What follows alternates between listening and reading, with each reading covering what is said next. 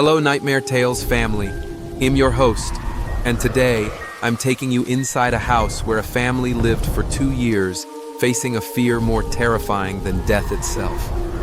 This is the Enfield Poltergeist, the case considered the most documented and horrifying haunting in the world. If you scare easily, I'll warn you. Now don't watch this video. This is not a movie.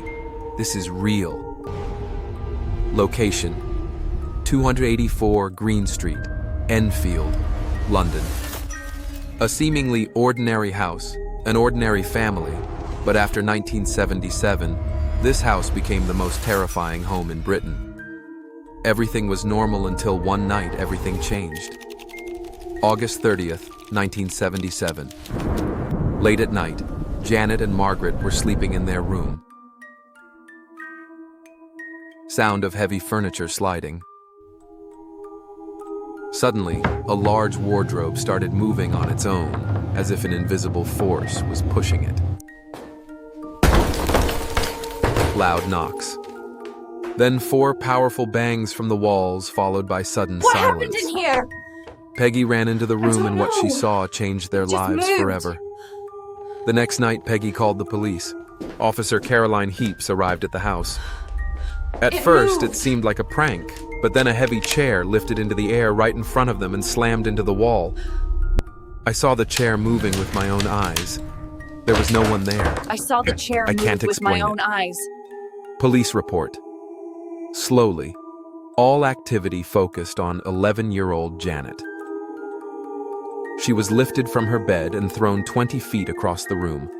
Bruises and scratch marks appeared on her body. Her hair was violently pulled. Her clothes ripped mysteriously. It was as if some invisible force had made her its toy.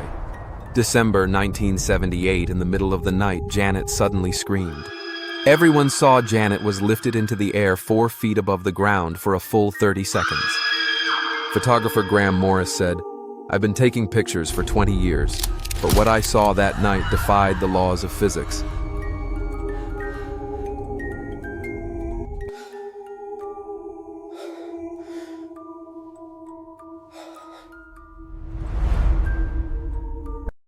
October 1977.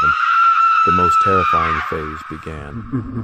A deep, harsh old man's voice started coming from Janet's throat.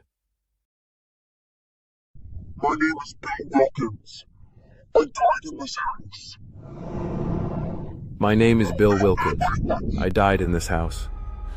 On the chair downstairs. I was 72 years old. Later, it was confirmed.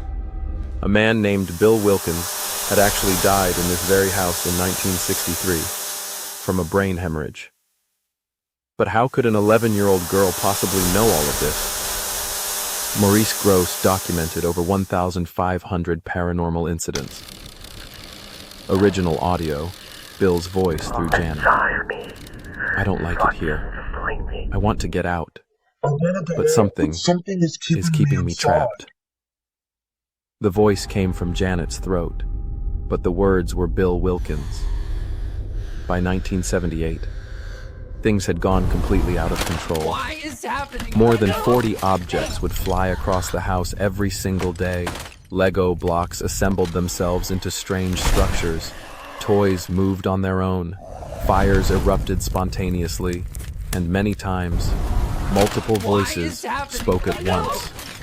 The house had turned into a battlefield. Scientists, doctors, and psychologists were brought in. Cameras were installed. Medical tests were conducted. 40% of the incidents were real, with no scientific explanation. 30% possibly done by the children. Medical reports, normal. The family, mentally healthy. Even the most skeptical researchers admitted there was something here. September 1979. After 2 years, everything suddenly went quiet. Final recording, Bill's voice. "Now I am leaving. The darkness is calling me. Don't try to find me." After that, the house returned to silence. Janet today, Janet is now 57 years old, and she says, Yes, I made up some events, but 70% was real. Those 2 years were hell of my life. yes, I faked some of the events, but 70% of it was real. Those 2 years I see you! were pure hell in my life. The house still stands, 184. Green Street still exists. Locals say strange noises can still be heard. Sudden chills fill the rooms, and children refuse to stay inside. Why was Janet the main target? Was Bill truly trapped in the house?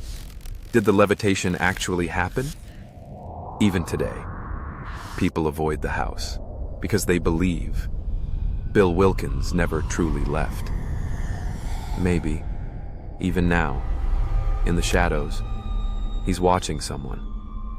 So, friends, this was the true story of the Enfield Poltergeist, Britain's most terrifying paranormal case. What do you think? Was it real or just imagination? Tell us in the comments. Don't forget to like, subscribe, and hit the bell icon so you don't miss the next terrifying story. Because you never know who might be watching you right now.